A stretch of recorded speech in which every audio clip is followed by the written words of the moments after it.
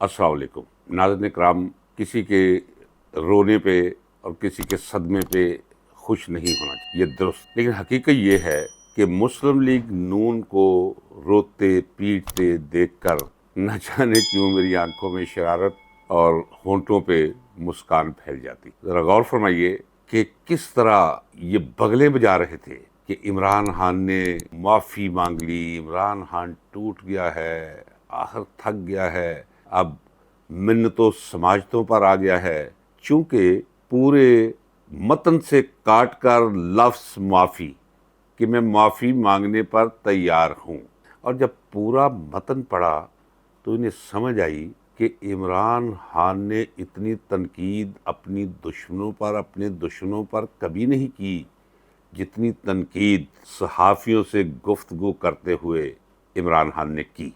आज एक सहाफ़ी में कैसे कहूँ, पटवारी है, कलम को कासे गदाई बना रखा है उस शख्स ने, इरफान सिद्दीकी नाम है। उसने कहा, देखिए जी, वो लोग जिन्होंने 9 मई को रियासत पर हमला किया था, अब वो बुलवाई यानी इमरान खान वो कह रहा है कि मुझसे माफ़ी मांगो। चलो शुक्र है खुदा का, वो जो शोर मचाते थे आपके, इमरान माफ़ी मांग रहा है। आपने ये इकरार तो किया कि इमरान उल्टा कह रहा है कि मुझसे माफ़ी मांगो। क्यों?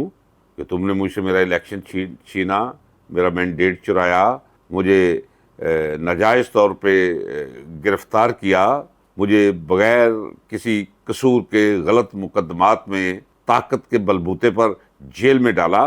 मेरे हज़ारों साथियों को, जिनमें ख़वातीन और मर्द शामिल हैं, आपने उन पर जुल्म किया, सितम किया। आज तक लोग गायब हैं, जेलों में बंद हैं कुछ, तो मुझसे माफ़ी मांगो।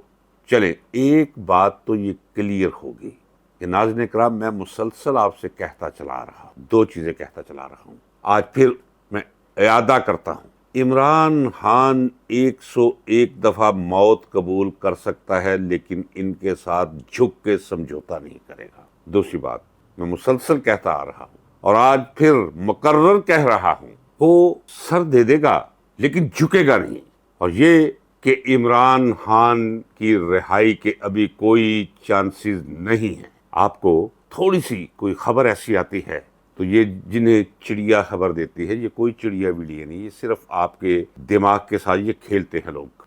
बस टेवे लगाते हैं, अंदाजे लगाते हैं और खबर बना देते हैं कि चिड़िया उड़कर गई थी, वो ISI के दफ्तर में घुस गई, GHQ की दीवार फलांग के चली गई अंदर, जेल के अंदर से होकर आई है चिड़िया। और ये हम कोई चिड़िया विड़िया नहीं है, सब गलत खबरें।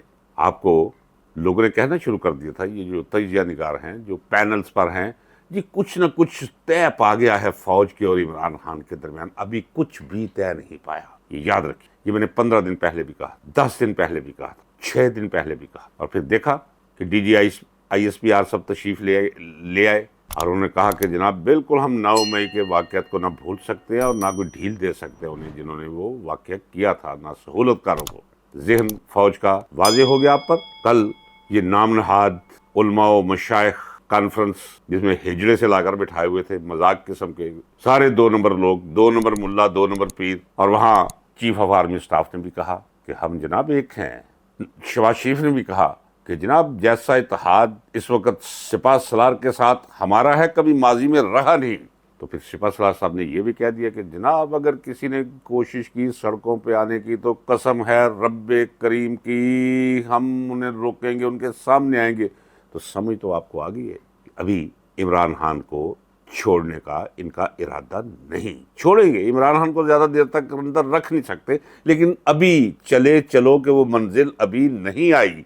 और जब ये इम्कानात पैदा होंगे, नाज़रीन इकराम याद रखिएगा, सबसे पहले मैं यकीन के साथ कहता हूं कि सबसे पहले मैं आपको इत्तला दूंगा कि इमरान खान बाहर आ रहा है। अभी इमरान खान को उनके छोड़ने के कोई इरादे नहीं है। बात हो रही थी इरफान सिद्दीकी, ये बस आप समझ ले कि सरकारी कसीदा गो है, जिसका काम सिर्फ ये है, और उसके घर का खर्चा भी इसी फन और इसी हुनर की बदौलत चलता है। शाह के कसीदे लिखना, कसीदे कहना, कसीदे बेचना, कसीदे लेकर उनके पीछे फिरना और कसीदों से लोगों की बसारत और समात को तकलीफ पहुंचाना।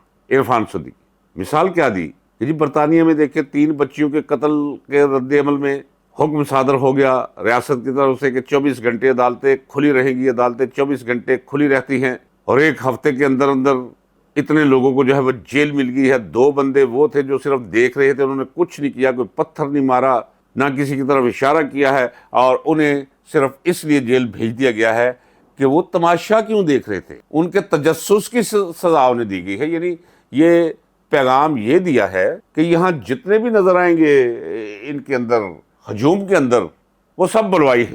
ایک اور بات جو بڑی اہم ہے، یہ خبر ہے، چونکہ میرے دوست مختلف ٹی وی چینلز پہ کام کرتے ہیں، ان کی ایڈمنسٹریشن کا حصہ ہے، ذرا غور فرمائیے گا اور تحقیق کر لیجئے گا۔ آپ کو یاد ہوگا کہ جب 9 مئی کا واقعہ ہو رہا تھا، اس وقت ٹی وی چینلز پہ اس کی کوریج ہم سب دیکھ رہے تھے۔ مثلا یاسمین راشد، مجھے اچھی طرح یاد ہے کہ وہ خاتون اپنے ساتھیوں سے کہہ رہی ہے بھئی نہیں ادھر نہیں جانا کور کمانڈر کے گھر کی طرف بالکل نہیں جانا، وہ روک رہی ہے۔ کیا اسے اس کی سزا دی جائے گی کہ وہ لوگوں کو روک رہی تھی؟ نہیں روک پائی تو علیحدہ بات ہے۔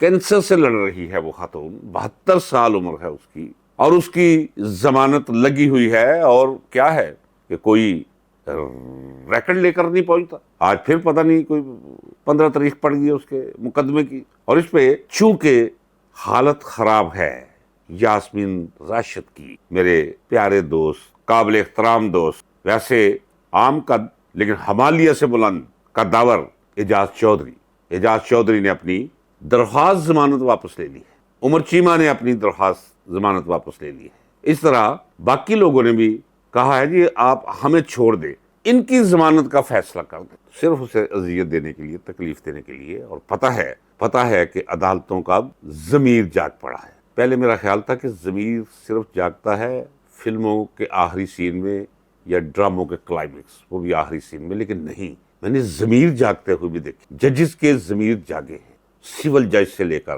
سپریم کورٹ تک ایک لہر سی اٹھی ہے انکار کی کہ نہیں، ہم ڈکٹیشن نہیں لیں گے، ہم وہی کریں گے جو قانون کا تقاضا ہے۔ عرفان صدیقی نے یہ کہا کہ کسی بلوائی اور کسی حلوائی اور کسی تماشائی کو کوئی ڈھیل نہیں ملنی چاہیے، کوئی ان سے روح رعایت نہیں ہونی چاہیے، سب کو ایک ہی چکی میں پیس کے رکھ دینا چاہیے۔ تو وقت بدل رہا، یہ جو کچھ آپ کر رہے ہیں اس کا بھگتان آپ کو کرنا پڑے گا، لہٰذا اتنا ہی دور جائیے جتنا آپ کو زیب دیتا ہے، اتنا ہی کسی پر ظلم کیجئے جس سے آدھا بھی آپ خود برداشت کر سکیں۔ ناظرین کرام، اب ملک کی سیاست انتہائی فیصلہ کن موڑ پر پہنچ چکی۔ جس طرح ورلڈ کپ میں ہم دیکھتے ہیں مختلف ملکوں سے ہوتے ہوئے ایک فائنل میچ ہوتا ہے 2 ٹیموں کے درمیان، اب فائنل راؤنڈ ہونے کو ہے، انتظار کیجئے، میں بھی انتظار کرتا ہوں، اور ملتے ہیں اگلے ولاگ میں۔ اللہ حافظ۔